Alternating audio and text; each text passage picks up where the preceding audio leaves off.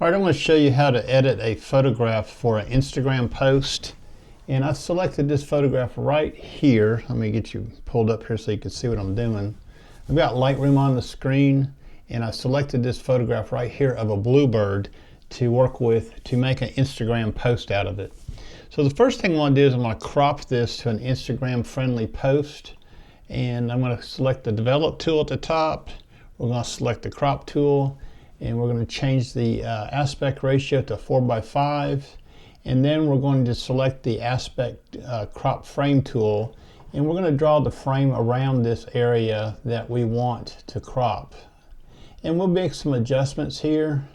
First off, I want to make that a vertical crop, so I'm going to hit the X key to change it to vertical, and then I'm going to move into position, and I'm trying to get the bird into the rule of thirds and kind of the post centered in the frame, and that looks pretty good right there. We'll go ahead and take this crop by selecting the enter key and accepting that crop. This will be our final aspect ratio for Instagram. Now what I like to do now is to run the denoise tool on Lightroom, and you find that under the detail tab, and the denoise, click on that, and it will render the denoise on this image inside of Lightroom. There are times that I choose to use Topaz denoise versus Lightroom to see what they do. So let's see how well the 50% did on this denoise. And I believe it can use a little bit more. This is a 2800 ISO image from a Nikon D500, which is pretty notorious for not handling high noise very well. And yeah, I'm not real enthused about what it's doing right there. Okay, the image is a little soft, but we're going to work with it, see if we can't clean it up some for Instagram. So I'm going to take a 74%, okay, type it in manually for this denoise. Now what I'm going to do is work on the image itself. So I'm going to go into the basic tab and select auto and see what it does. And it did a really nice job of changing this image and making it more pleasing. One of the things I like to do on all my images is to reduce the exposure just on the background. So what we're going to do is select the masking tool, which is right here, and we're going to say, we're going to select the background, and it did a really good job at only selecting the background. So what we're going to do is reduce the exposure on the background like so, and we really don't need to do a whole lot to it. I'm kind of happy with that color. The color kind of goes well with the bird. It's kind of a greenish blue background to it. The next thing we're going to do is we're going to select the bird only. So we're going to create another mask and say select subject. Now you notice that it selected the post also. I want to work on that separately. So we're going to subtract the post from this by hitting the subtract button under this mask. First off, let's rename this mask by double clicking on it and calling it bird. And let's rename this mask down here and let's call it background. That way when you get a lot of masks going on, you don't have like mask 1, mask 2, mask 3, mask 4. You're able to go and see what you want to actually work on. So selecting the bird again mask, and we're going to click on it and select subtract. And I'm going to paint this object, okay? We're going to select the object, and we're going to paint this object right here. You don't have to be perfect, just kind of get the outline of it, okay? It'll figure it out for you. And it did fairly well, but I probably could have filled in the inside a little bit. So let's delete that and start over again. So if you click on the 3 eyeballs next to the object here, the object mask, you can say delete object 1. Okay. Now we're going to start all over, hit the subtract button again. We're going to select an object, and this time we're going to do a little bit better job of painting this in. Okay. We're going to go ahead and color in the center of it also. That way we're kind of telling Lightroom this is what we actually want you to select, this area. So look at all of it. And there you go. It has removed, okay, the masking for the bird from that post. Now we can work on the bird a little bit. First thing I want to do is I want to decrease the highlights just a tad, and I'm going to bring the shadows up a little bit, and I'm going to go ahead and bring the whites up and drop the blacks just a hair, because I like to work with my contrast in that fashion. The bird actually looks pretty good. Let's see what happens when we actually increase the texture on the bird itself to see if it improves the image any. So what I'm going to do now is I'm going to click inside where the bird is and hit the Z key to zoom in. And while we're zoomed in, we're going to increase the texture of this just a little bit and see if we can get a little bit of improvement on there. And if you want to see the difference, this is without the texture, this is with the texture. So it has recovered some of this, okay? We'll hit the Z key again to unzoom it. Now remember, this is an Instagram post. The bird does look a little soft, and I wouldn't normally post this or print it, okay? Because it's obviously it's either out of focus or it's there's something wrong there. You know, it's 1/800th of a second shutter speed, but I'm not too sure what's going on, why it's not sharp. It looks sharp from a distance, but when you zoom in on it, it's not very sharp. But we're still going to work with it.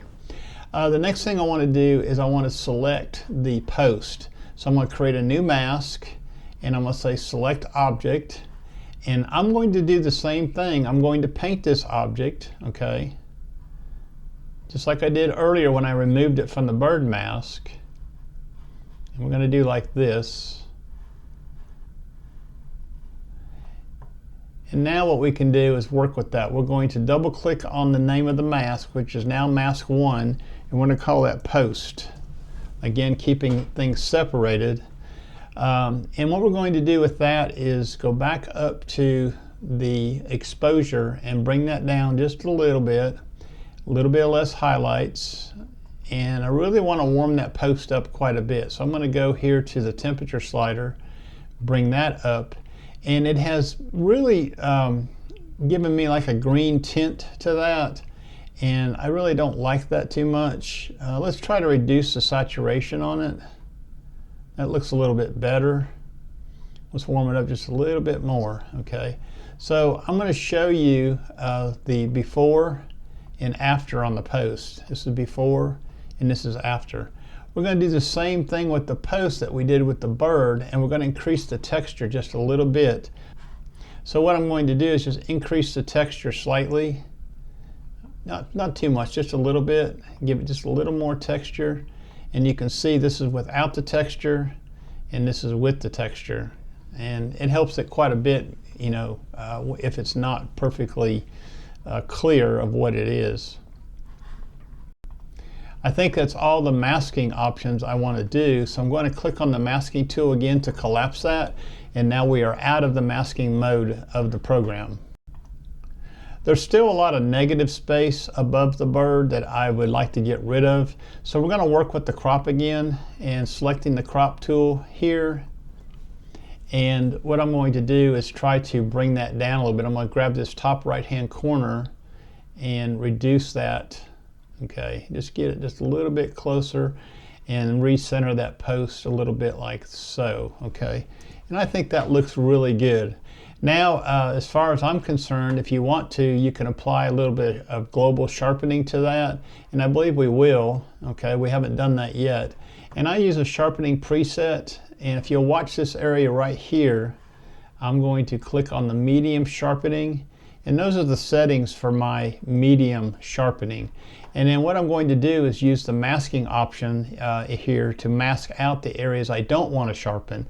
So holding down the Alt key on a Windows PC or holding down the Option key on a Mac, you're able to drag this slider and see what is being sharpened. And all I want really sharpened is the edges, okay, of everything. So now when we look at it, it looks a little bit better from the beginning. Let me show you a comparison, a side-by-side comparison here.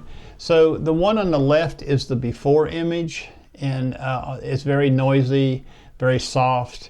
The one on the right is the edited version, and you can see that things look a whole lot better than what they did when we started. I would not hesitate to post this on Instagram. Going to hit the Y key again and zoom out, and that's what I'm going to do. I'm going to export this out, and I'm going to show you how to do that real quick. Your exporting option will be a lot different than mine. So what we're going to do is select the library module, come down to the export button right here, and these are my export settings for this. Mainly the image sizing is what you would want to pay attention to. I use resize to fit on the long edge 2048, which is a Facebook, Instagram / type of posting. Sharpen for screen, I always click that. You can include the metadata. I only include the copyright. And then I put a watermark on my images. So let's go look at this watermark preset I have. So we'll click on that and we'll say edit watermark. And now it's going to show you where the watermark is going to be placed on that image, which is in the left-hand corner. You can move it to the right-hand corner or anywhere you like, and that's what I want to do. I want to put it to the right side of the image. So I come down here to anchor and change that. But unfortunately, the wording is kind of obscured, okay, if you look at that white area on the post. So I guess we'll leave it on the left-hand side. This is a preset, so when I change the anchor point here, I just go back up and click on the copyright white and say update. So since I'm going to leave it on the left-hand side, I'm just going to click done, and then we're going to hit export. And Lightroom's going to export that to the folder I selected. And let's take a look at the image. And this is the image right here. And now I'm going to go and run over to post it on Instagram and show you how I do that. So I'm going to close out Lightroom real quick. And we're going to bring up my browser. I'm going to go to Instagram, and we'll go to create a post, select it from the computer, and it's this one right here. And when you do this on Instagram, you're going to have to change the setting here in the bottom left-hand corner with these two little marks, these two little arrows that says select crop. So select crop and go and select original, okay, which is the 4:5 vertical crop. And then say next. I don't do any filters, so I say next again. And then what I do is I give it a name. So this is a Eastern Bluebird, okay. And that's all I'm gonna say, okay. Nothing more needs to be said. I'm gonna hit share. Wait for Instagram to finish. And then we're gonna take a look at it, okay, by going to my home page. Oops, I'll do that again. Profile, yeah. So here is my Instagram posting for the Bluebird, and as you can see, you can actually go to my Instagram page right now if you want to and look at these photos. I have this one here I just edited for you with the Bluebird. Then I have another one that I did for a American Goldfinch and a titmouse and a Northern Cardinal, okay. So check out my Instagram page for a whole bunch of different photos I have up there. All right, that's it. That's how you do an Instagram quick edit. And that's it. That's how you do an Instagram edit on a Northern Bluebird photograph. And if you got any questions or comments that you would like to leave for me, just leave those in the comments of the video. I'll be glad to answer those. And if you have any requests, any special requests for any other type of editing videos that you'd like for me to do, leave me a comment about that. We'll see y'all later. Bye-bye.